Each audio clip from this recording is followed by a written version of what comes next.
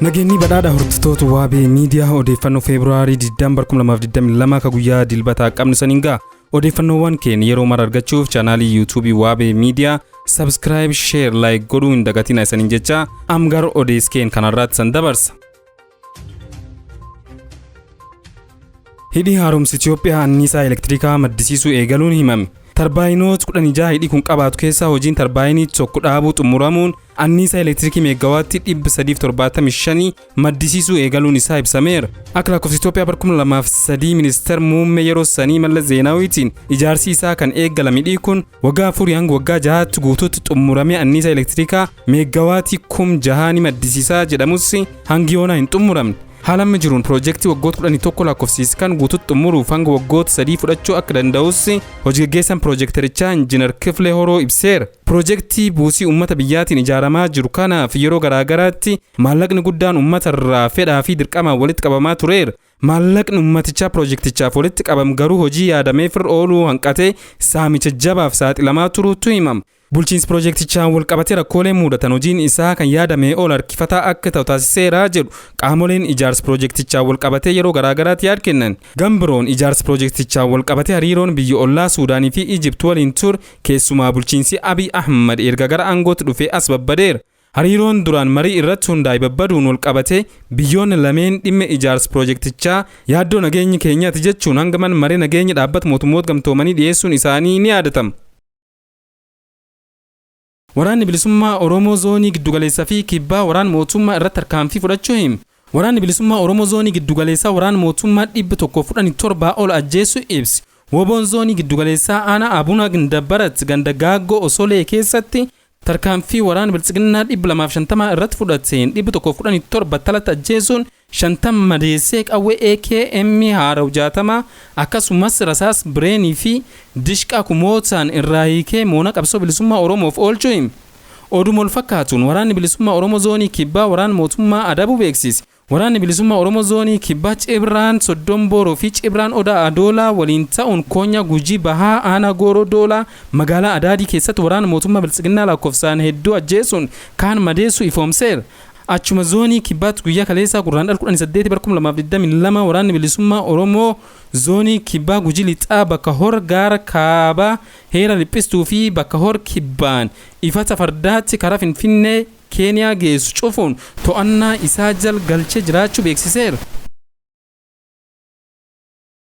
Ajajaan olaanaa waraana bilisummaa Oromoo imala gara Finfinnee taasisaa jiru akkuma itti jira jedhe. Waliigaltee waraana TPLF fi dhaabbilee hidhannoon qabsooti jiran waliin taasifne erga TPLF duuba deebi'es akkuma itti jira jedhe hoogganaan waraana bilisummaa Oromoo Jaal Kumsaa Dirribaa. Hoogganaan waraana bilisummaa Oromoo Jaal Marroo Dirribaa humnoonni TPLF duubatti waan deebi'aniif humni isaa imal gar Finfinneeti jechuun jalqabni dhaabne jedhe. Jaal Marroon qabsoon waraana bilisummaa Oromoo war TPLF irratti hidhatee hin beeku isaan irratti hidhatees galma hin ga'u. Kanaan dura TPLF irratti qabsoo gaggeessaa turre jechuun gaaffii deebisa BBC afaan Oromoo waliin taasise irratti dubbate. Yeroo ammaa kan waraanni bilisummaa Oromoo zoonii giddugaleessaa bakkoota garaagaraa keessatti lola irra jiraachuus ibsi. Gaaffii maqaa waraana bilisummaa Oromootiin godinaalee Wallaggaa Bahaa keessatti saamichi taasifamaa jira jechuun gaafatameef sabni Oromoo maqaa qabsoo bilisummaa Oromootiin baduur waraanni bilisummaa Oromoo qabsoo bilisummaa Oromoo gaggeessu baduutu filatama. Himannaan akkasii iddoo dhaga'amaa jirutti sochiin mootummaa fi hidhattoota faannoo daran hammaataadha. Saamichas uummata irratti gaggeessaa jiru. Waraanni keenya gubbaa hanga gadii naamusaa fi to'annoo mataa isaa qaba. Gocha kan mootummaattu godhaa jechuun mootummaatti qophaa'e. Waraanni bilisummaa Oromoo gocha akkanaa ka godhu yoo ta'e qabsoon inni uummataaf qabsaa'u hin jiru kan jedhe Jaal Marroon rakkoon akkanaa nu keessa yoo jiraate ammoo gadteenyee uummata waliin ta'uun eeruu uummataan of keessa qulqulleeffannaa jedhe. Dhimma marii biyyoolessaa ilaalchisee waraanni bilisummaa Oromoo silumaa nagaa barbaaduuf qabsaa ka jedhe Jaal Marroo Dirribaa mootummaan itti amane karaa seera qabeessa ta'een mariif kan dhiyaatu taanaan itti hirmaachuu dandeenya. Haa ta'uutii garuu affeerraan akkasii hanga ammaatti kallattiin nuuf dhiyaatin jiru jedhe. Pireezidaantiin naannoo Tigraay Dr. Dabratsiyoon dhimmi hiree murteeffannaa uummata Tigraay mariif kan dhiyaatu miti jedhe. Waraan Tigraay dhaabsisuuf tattaaffiin taasifamaa jiru kan abdii namatti ta'us mootummaan federaalaa yeroo kanatti fayyadamuun humna waraanaa cimsataa jira jechuun durtaa'aan TPLF Dr. Dabratsiyoon Gabra Mikaa'el himate. Dr. Dabratsiyoon kan jedhe akka lakkoofsa Itoophiyaa gurraandhala 11 wayita waggaa 47ffaa guyyaa hundeeffamtii TPLF kabajanitti ibsa gaazexeessitootaaf kenne irratti ture. Durtaa'aan TPLF kun tattaaffiiwwan naga buusuuf taasifamaa jiran ilaalchisuun nagaan akka bu'uuf jecha wanti danda'amu hunda goona jechuuf malee wanta qormaata guddaa qabudha jechuun himi. Akkasumas mariin akka hin milkoofne lafarra harkisaa jiru jechuun mootummaa himati. Dhimma kana irratti mootummaan immoo waan jedhe hin qabu. Hooggantoonni United Nations mootummaan TPLF waliin marii taasisaa akka jiru himanis mootummaan Itoophiyaa garuu dhimma marii kanaa hin himne.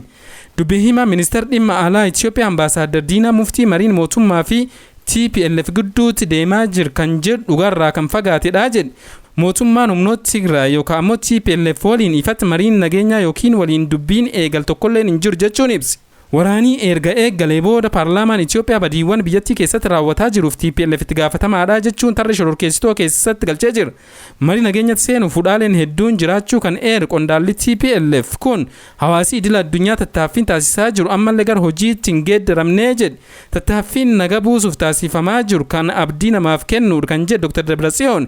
Mootummaa federaalaa garuu yeroo marii nagaaf haalli mijataa jiru kanatti fayyadamuun humna isaa cimsataa jira jechuun himati. Mootummaan federaalaa haleellaa finciltoota Tigraay irratti baneen humnoonni TPLF gara Finfinnee taasisan irraa ofirra deebi'uun Tigraayitti erga deebi'an booda mootummaan raayyaan ittisaa Tigraay akka hin seenne ajajuu himeera. Adeemsi nageenya buusuuf adeemamaa jiruu fi egeree Tigraay ilaalchisuun ibsi bal'aa kan kenne Dr. Dabratsiyoon qabxiiwwan mariif dhiyaachuu hin qaban jechuun shan tarreessee jira. Qabxiiwwan kunis jalqaba humna waraanaa keenya irratti falmiin hin jiru warra amma jiran qofaa miti ittuu ni dabala kanaaf kana booda humna keenya qabanneetti jiraannaa jedhe. Dhimmi daangaa Tigraay waraanni Eertiraa akka gadhiisee ba'u mirgi hiree murteeffannaa uummata Tigraay fi qaamoleen Tigraay irratti yakka raawwatan jedhan seeraan gaafatamuun waan falmiif dhiyaatu miti jedhe. Hordoftoota keenya odeeffannoon ammaaf qabnu haganumaa qophii keenya biraatti walitti gaddeebinuutti nagaa keessa turaa saniin jenna.